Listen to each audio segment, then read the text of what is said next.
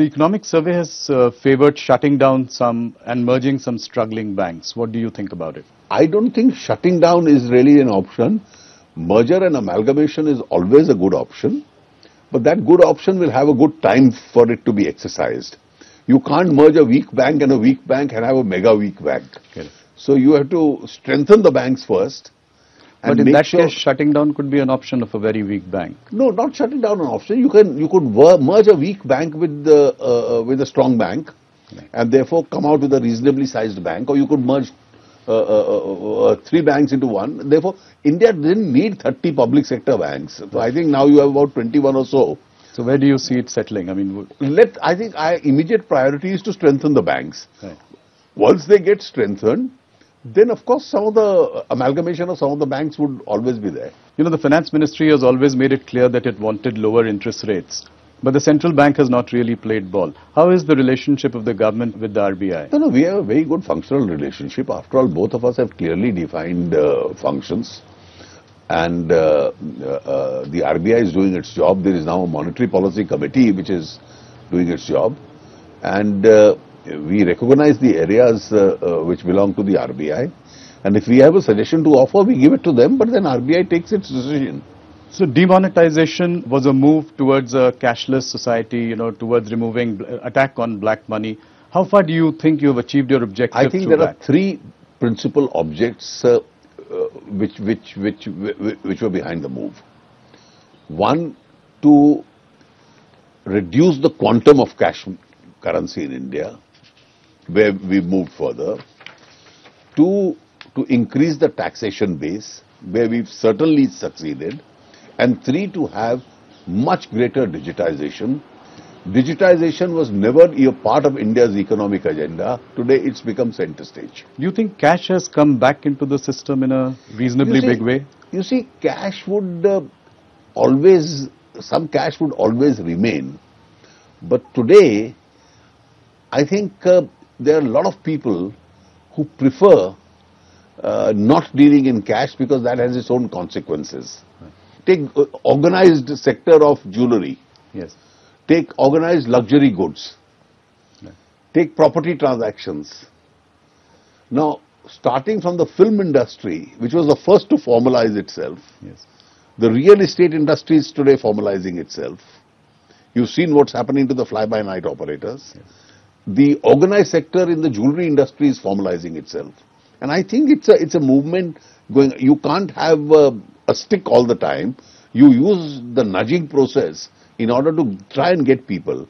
This year's budget, I've given a figure that if we add the number of people who now file income tax returns after all these steps, and those who've come within the TDS network, yes, which is indirectly in the tax network even without filing a return, is much over 8 crores now. You've said that you will achieve about rupees 1 lakh crore this year through disinvestment and have put a target of 80,000 crore for next year. But you know, getting one PSU to buy the shares of another PSU is not really disinvestment. Your government is still struggling to close down companies like Scooters. Let's be very clear. The ONGC HPCL was not one PSU buying another. This is not some last minute engineering that took place. This was announced in the budget last year because world over some of the biggest upstream and downstream companies in the oil sector have been coordinating, they've been acquiring each other, and therefore this is because of the business requirements of that sector. Where do you see ONGC and HPCL headed in the future? I think it's a mega acquisition by the ONGC. Right. And therefore, it's very material. It's in the larger interest of the oil sector itself. But even something like Scooters India, you've not been able to close down. You see, there have been companies which have really become real estate. Okay.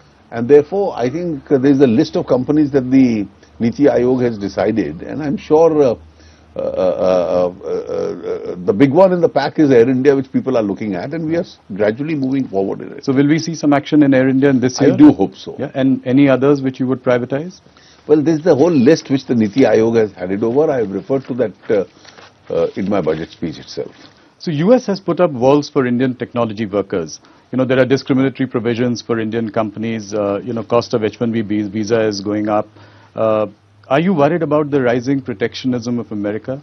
Well, I am, because you see, once this tendency picks up, then all countries would try and play the same game. And eventually, we've seen from our Indian experience, integration and opening out has helped us. Yes. Amongst the various things in the last 2.5 decades that has helped the Indian economy is the fact that we've become more confident, we've become more open, we are open to investment. We don't think that a foreign investor is coming here to the detriment of the Indian economy. We today see him as somebody who's bringing in capital which will create jobs in India and so on. But then how do we react to this situation? You know, China, for instance, has banned Google and Facebook in favor of Baidu and WeChat.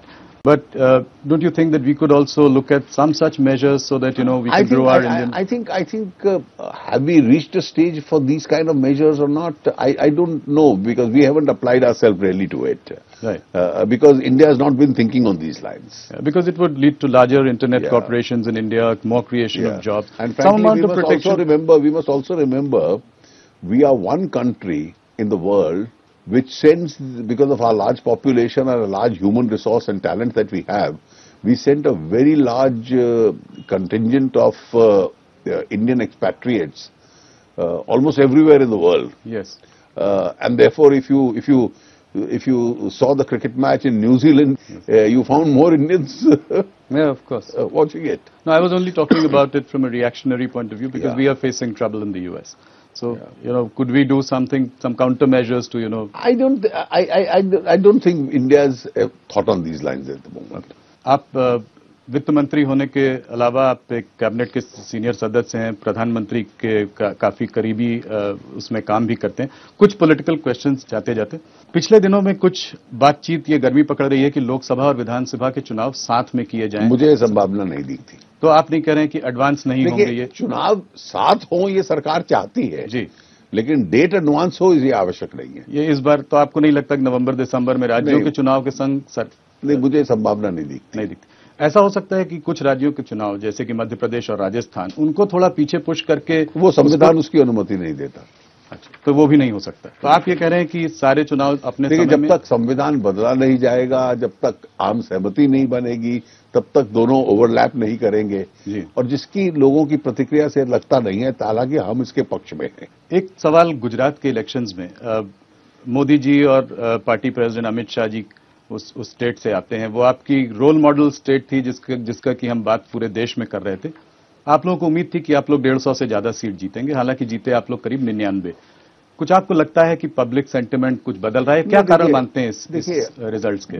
मैं मानता हूं कि केवल एक reason में हमें setback पहुंचा जी. Urban Gujarat हम जीते जी. रूरल एरियाज में, साउथ में, सेंट्रल में, नॉर्थ में हमारी परफॉर्मेंस अच्छी थी. सौराष्ट्र में वहां की एक कृषि की स्थिति एक विचित्र प्रकार की निकल आई, जिसकी वजह से हम लोगों को थोड़ा सेटबैक लगा. और जो हमारी सीटें पिछले की तुलना में 10-15 कम हुई, वो उसकी वजह से कम हुई. आगे राजस्थान में अभी जो बाई इलेक्शन हुआ, उसमें भी भारतीय जनता पार्टी चिंता का विषय है हम लोगों के लिए. और मेरी आज ही वहां की मुख्यमंत्री जी से बात हुई और मैंने उनसे कहा, वो इसको एग्जामिन कर रहे हैं कि क्या इसके पूरे कारण है. कुछ स्थानीय कारण भी थे, इमोशनल, और अगर वहां किसी सुधार की आवश्यकता है तो निश्चित रूप से वहां की पार्टी इसकी चिंता कर रही है. इस साल 3 बड़े स्टेट इलेक्शंस हैं, कर्नाटका, राजस्थान, मध्य प्रदेश. कर्नाटका में सिद्धरामैया जी काफी जम के लड़ रहे हैं और राजस्थान और मध्य प्रदेश में एंटी इनकम्बेंसी काफी सालों से सरकार है, तो एंटी इनकम्बेंसी फैक्टर भी है. आपको क्या लगता है, आप कितने कॉन्फिडेंट हैं कि आप लोग? देखिए, मुझे लगता है कि अभी तो वो 2 राज्यों के चुनाव बहुत दूर है, लेकिन कर्नाटक का चुनाव सबसे पहले है और इस वक्त हम उस पर कॉन्सेंट्रेट कर रहे हैं और निश्चित रूप से कर्नाटक में हम लोग जीतेंगे. There have been open fissures that have emerged in the judiciary. What are your views on that? Well, I think this is not the first time that this has happened. But does not happen very often either. This doesn't happen very often. I don't think this is the last time this is happening. But I have great faith in our institutions and their resilience. I am quite sure that they are competent of resolving it themselves. 2014 में आपको एक historic mandate मिला, 282 seat लेकर आप लोग यहाँ सरकार बनाई आपने. आने वाले 2019 में आपकी क्या प्रोग्नोसिस है? अगर आप देखें तो बड़े राज्य जितने थे, उत्तर प्रदेश, राजस्थान, मध्य प्रदेश, गुजरात, इन सब में करीब करीब 95% सीट्स आप लोगों को मिली। तो यहाँ बढ़ने का चांस कम है, पर घट जरूर मुझे लगता सकता है कि कई ऐसे राज्य होंगे जिसमें हम बहुत गेन करेंगे। जैसे हम ओडिशा में गेन कर सकते हैं, हम बंगाल में गेन कर सकते हैं, जो हमारे लिए पिछली बार इतनी सीटें नहीं आती थी। नॉर्थ ईस्ट में जैसे हमारी पार्टी की प्रेजेंस बहुत बढ़ती चली जा रही है। और मैं मानता हूं कि जिस प्रकार सरकार की परफॉर्मेंस रही है और एक ईमानदार सरकार मोदी जी ने दी है जो देश के हित में काम करती रही है, तो निश्चित रूप से सरकार की परफॉर्मेंस के आधार पर अगला चुनाव हमारी पार्टी दोबारा जीतेगी। आपके एलाइज भी कुछ आपसे खुश नहीं है। चंद्रबाबू जी बजट से खुश नहीं है। शिवसेना ने कहा है वो अलग अकेले इलेक्शन लड़ना चाहते हैं। जहां तक वो तो खैर महाराष्ट्र का स्थानीय कारण है, जहां तक आंध्र प्रदेश रीऑर्गेनाइजेशन का पैकेट का सवाल है, वो अलग से इंप्लीमेंट हम लोग कर रहे हैं। उसका बजट के साथ कोई डायरेक्ट संबंध नहीं होता, वो पैकेट बजट के माध्यम से इंप्लीमेंट नहीं होता। तो आपको लगता है आप उनको मना लेंगे आने वाले समय में? निश्चित रूप से। देखिए, आंध्र प्रदेश की जनता को जो हमने वायदा किया हुआ है और वहां की सरकार को, वो वायदा पूरे रूप से हम लोग निभाएंगे। शिवसेना के संग क्या प्रॉब्लम चल रही है? क्या लगता है कि अब आने वाले समय में अलग अलग इलेक्शन लड़ेंगे, अलग चुनाव लड़ेंगे? देखिए, मैं तो चाहूंगा कि एनडीए का स्वरूप बना रहे। पिछला असेंबली चुनाव हम अलग अलग लड़े थे और सीटों के बंटवारे को लेकर शिवसेना से मतभेद हो गया था और उस मतभेद में शिवसेना चाहती थी कि वो सीनियर पार्टनर बने और मैं ये जानता हूं कि उस वक्त हम उनको सीनियर पार्टनर का दर्जा, अधिक सीटें देने को तैयार थे जी। लेकिन अधिक में वो कितनी अधिक लेते, वो उस रियलिटी को रिकॉग्नाइज नहीं कर रहे थे और अलग अलग लड़के हमने परिणाम देख लिया कि हम लगभग अपनी ताकत पे इतनी सीटें जीत गए। तो आपको लगता है अलग से लड़ेंगे तो आपको फायदा होगा? नहीं, मैं ये नहीं कह रहा। मैं तो चाहूंगा कि एनडीए बना रहे और हमारे सब घटक दल हमारे साथ रहे।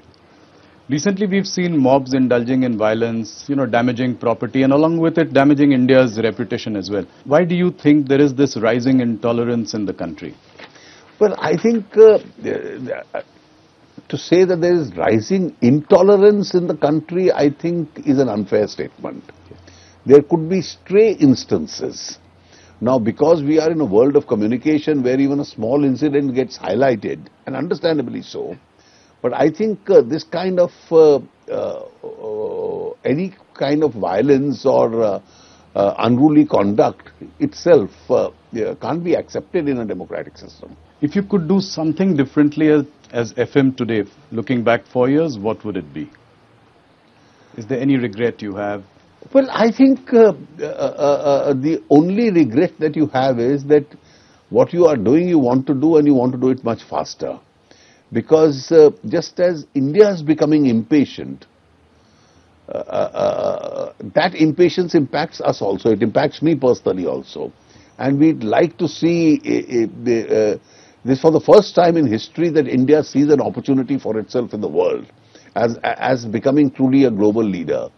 After all, the satisfaction of India being such a fast-growing economy, recognized at various international forums, being given a place on the high table in every international get-together, we'd like to get rid of the curse of poverty and see India transform into a developed country as soon as we can. Mr. Jaitley, just a few more minutes. We've seen you as the finance minister, as a great leader of this country. We've seen you as a legal luminary. Not much is known about the personal side of Mr. Jaitley. We know of you as a cricket lover, food lover, but just a few questions. What keeps you going? What excites you in your day-to-day life? Well, you see, I have I lead a very normal life in the sense that besides politics, I have my commitment to my family, my children, I deal with my close friends, I pursue whatever my passions are. What are some of them that we don't know about? There are some which you don't have time for. I don't take vacations now. I used to earlier enjoy traveling. I now travel only for brief periods for work. I listen to some old music. I watch sports still. I can't go to the stadiums, but I watch it on television whenever I can. Music, what do you listen to? I listen to old Indian music, really. Courtroom or parliament? What really tests your sharpness more? Well, I have enjoyed both. To be fair, both are great institutions of Indian democracy. And I think both have a huge amount of resilience. And that's why I told you this present challenge in the Indian judiciary, I am not worried about, because I know it's a resilient institution, it will get out of it. Parliament, I can tell you, is a great forum. You get to learn about India. Unfortunately, what gets projected is only the noise, the song and dance in Parliament. But the seriousness of some of the debates that takes place in Parliament, I think itself is also exemplary. Arun Jaitley ke hero kaun hai? Well, I have no personal heroes in that sense. When we were young, you looked at, worked under tall leaders of various shades. And I have seen from my student days a very large spectrum of political leadership of India, from Jayaprakash Narayan to Morarji Desai to Vajpayee ji, Advani ji. We worked with all of them. And I think there is something in a large number of them that you get to learn from. And who influenced you the most in your political career? In politics, frankly, when we were growing up, within the BJP, Mr. Vajpayee was our tall leader. And therefore, his ability to even rise above the party and think of the country, I think it's something that always inspired us. In organizational matters and in formulating policy, we all worked very closely with Mr. Advani. And therefore, from the kind of etiquette and the ethics that he practiced and the attitude and approach he had, we got to learn a lot. Any opposition leader? Well, I've been amongst people who were on the other side of the fence. The person in Parliament who's impressed me the most was Mr. Pranab Mukherjee. And I've always said on record that I regard in the generation that I have seen, Mr. Vajpayee and Mr. Mukherjee as probably the two most charming politicians that I knew. You lead a very busy and stressful life. How do you unwind? No, the only recreation I get now is to walk early in the morning and maybe some friends join me once in a while for that. That's about all. What would you like your legacy to be? How would you like history to remember you? I think it is important if you're in politics to have credibility and consistency. And that's extremely important. Thank you, Mr. Jaitley. It was indeed my privilege to interview you as the Finance Minister of the country and look at the past 4 years and your journey, through this economic revival. Thank you so much.